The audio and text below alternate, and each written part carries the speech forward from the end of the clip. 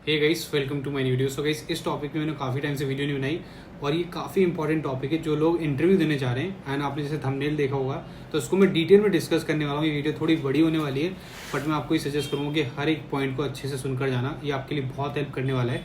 ये मेरा खुद का पर्सनल एक्सपीरियंस और मैं जितने टाइम से वीडियोज़ बना रहा हूँ, जितने मेरे से एक्सपीरियंस आए उन सबको पढ़कर मैं आपको एक्सपीरियंस शेयर कर रहा हूँ कि अकॉर्डिंग क्या क्या रिजेक्शन के रीजंस हो सकते हैं। सबसे पहले मैं स्टार्ट करता हूँ। फर्स्ट पॉइंट, आंसर्स को क्रैम्प करना। जैसे कि आपकी फाइल कुछ भी होती है तो आपको होता है कि ठीक है, हमारा I-20 आ गया, हमारा सब कुछ रेडी है, हम इंटरव्यू देने जा रहे हैं। तो लोग क्या करते हैं कि जो मैं जैसे एक PDF शेयर करता हूँ, सबको करता हूँ, सब अपनी अपनी क्वेश्चन आंसर्स बना ही लेते हैं। अब उनको रट के चल जाते हैं। आप वेट करते हो कि बस वो क्वेश्चन करें, वाई दिस यूनिवर्सिटी या कुछ भी पूछो कुछ नहीं, तो आप फटाफट स्पीड से चलो जाते हो कि professor this this this this.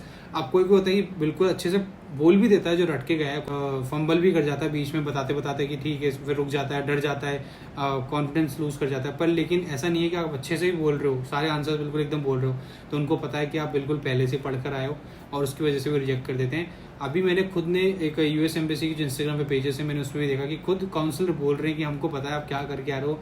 It's better कि आप हमसे कॉन्वर्सेशन करो, एक प्रॉपर रिसर्च कर आओ और हमसे एक प्रॉपर कॉन्वर्सेशन की तरह बात करो, रेदर देन कि आप एक प्रॉपर रट के आंसर बोले जा रहे हो। तो कॉन्वर्सेशन करने की कोशिश करो, थोड़ी काम हो जाओ, अच्छे से एक लंबी सांस लो और जैसे आपका नंबर आए कामली हैंडल करो, कामली आराम से स्लो पेस पे आप आंसर्स दो अपने की रीज़न ये है मेरा इस चीज़ को चूज़ करने का, मेरा कोर्स क्या है, मेरे फ्यूचर गोल्स क्या है। तो सारी चीज़ को अलाइन करके एकदम अच्छे से आराम से दो, क्योंकि उस टाइम सिर्फ इंटरव्यू ही होता है जो आपको वीज़ा दिलाएगा, क्योंकि वो आपसे क्वेश्चन कर रहे हैं और आप उनको कन्विंस करो कि आपको वीज़ा क्यों दें वो।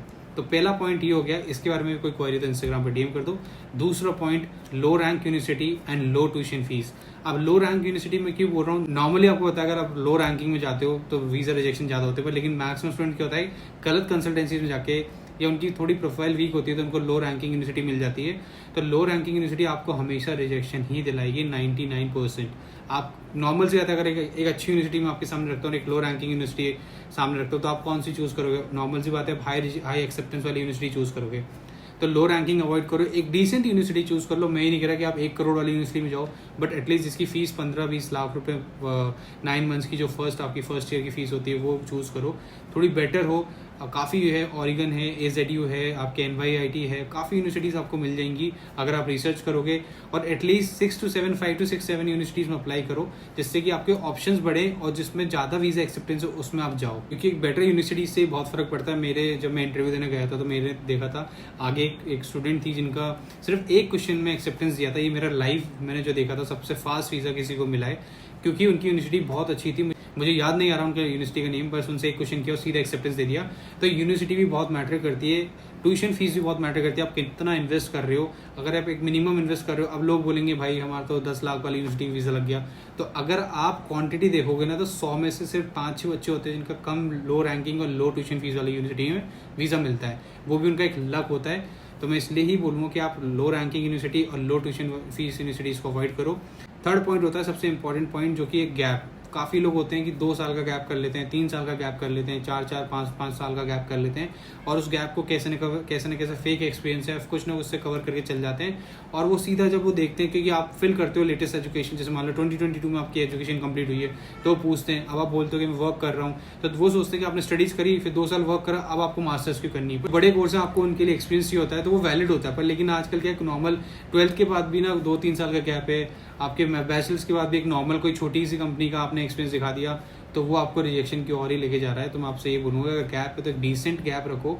आप अगर बड़ा कोर्स चूज़ करते हो और आप 2 साल का एक्सपीरियंस लेके जाते हो बिजनेस की फील्ड में, तो वो वैलिड होता है। पर लेकिन जब वो ऑफिसर देखता है कि आपका 2 साल का तो एक्सपीरियंस है, बट आपने चूज़ करी अलाइंड, पर वो 2 साल के गैप के लिए तो बड़ी यूनिवर्सिटीज़ होती है। न्यूयॉर्क स्टेट यूनिवर्सिटी हो गई, उसका MBA का जो प्रोग्राम बहुत कॉम्पिटेटिव होता है, तो उसमें एक्सपीरियंस ज़्यादा मैटर करता है। बड़ी बड़ी यूनिवर्सिटीज़ जो होगी, जैसे हार्वर्ड होगी, तो इनके लिए आपको बड़ा एक्सपीरियंस चाहिए होता है, बहुत अच्छा एक्सपीरियंस चाहिए होता है, तभी आपको ऑफर लेटर मिलते हैं। बट लेकिन आपने 2-3 साल काम किया है, फिर आप चूज़ करो अलाइंड, वेस्टक्लिफ, बहुत छोटी यूनिवर्सिटीज चूज़ करो जिनके वीज़ा बहुत ज़्यादा रिजेक्ट होते हैं। तो मैं आपको यही बोलूँगा कि गैप को डिसेंट रखो, कम रखो, या आपकी स्टडीज़ को यहाँ पर ही कंटिन्यू करो पहले, और जब कोर्स कंप्लीट होने वाला तब आप वापस US की प्लानिंग करो। फिर चौथा आता है, ये लोग बहुत लाइटली लेते हैं इस चीज़ को, वो इंग्लिश प्रोफिशिएंसी टेस्ट। लोग सोचते हैं कि हम बिना उसके चल जाए, MOA की बेसिस पे चल जाए। मेरे दोस्त का तो वीज़ा लगा है, 100 लोगों में से अगर सिर्फ 5% एक्सेप्टेंस मिल रही है तो उसको वीज़ा लगना नहीं बोलते, वो एक लक और उनको से पूछा नहीं जाता। ऑफिसर अगर 100 बच्चों का इंटरव्यू ले रहा है एक दिन में, तो 100 बच्चों से ये नहीं पूछेगा कि आपने इंग्लिश टेस्ट दिया या नहीं दिया। तो वो 2-3 बच्चों को तो ऐसे एक्सेप्ट कर ही देगा। तो मैं आपसे यही बोलूँगा, सिंपल सा सबसे सॉर्टेड है डुओलिंगो। 5000 उसकी फीस है, घर पे बैठ के आप दे सकते हो, 2 दिन में उसका रिजल्ट आ जाता है। सारा पूरे मॉड्यूल्स आपको यूट्यूब पे मिल जाएंगे, साथ में मॉक टेस्ट फ्री है। आप ट्राई करोगे, आप इजीली बहुत अच्छा स्कोर कर लोगे। और अगर फिर भी डिटेल में डुओलिंगो के बारे में जानना है तो आप मुझे इंस्टाग्राम पे डीएम कर दो। लास्ट पॉइंट है, इसके बारे में बहुत कम बात करता हूँ, पर मैं आज एक रियलिटी चेक देने वाला हूँ, वो है फेक डॉक्यूमेंट्स। आजकल सबको पता है, ऑफिसर रोजाना इंटरव्यूज ले रहे हैं, उनको पता है कि क्या रियल हो क्या फेक है। बहुत क्लियर से पता लग जाता है उनको, जब आप कुछ बताते हो आपके चेहरे से पता लग जाता है, क्योंकि वो रोजाना अगर इतने स्टूडेंट्स का इंटरव्यू ले रहे हैं तो उनके कॉन्फिडेंस से पता लग जाता है कि स्टूडेंट कितना डरा हुआ है।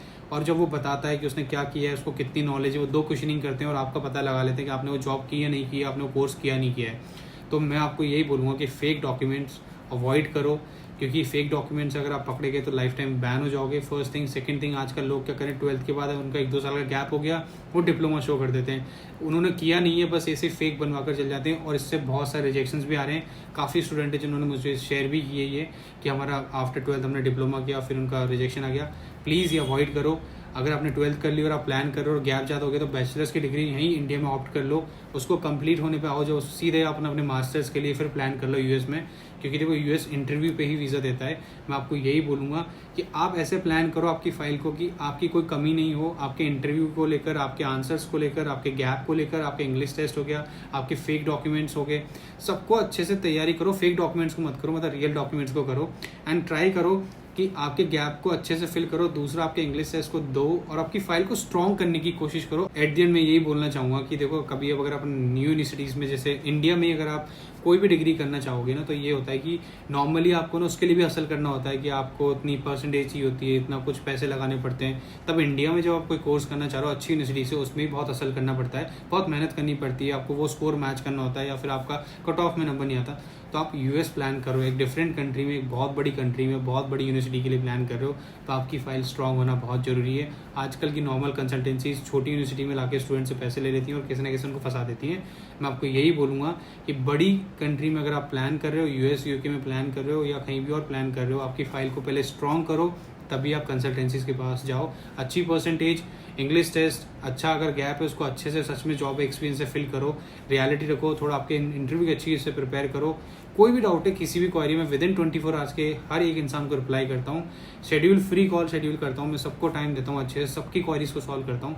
किसी को कोई भी क्वेरी आप मुझे इंस्टाग्राम पर डीएम करो, मैं आपकी हेल्प करूँगा जितने लेवल पर मैं कर सकता हूँ। कोई भी क्वेरी के लिए आप मुझे मैसेज करो, मैं आपको रिप्लाई करूँगा, कॉल भी करूँगा, आपके साथ कॉल भी शेड्यूल करूँगा और आपकी सारी क्वेरीज को सॉल्व करूँगा किसी भी चीज़ से रिलेटेड। मिलते हैं आपसे नेक्स्ट वीडियो में। Till then bye.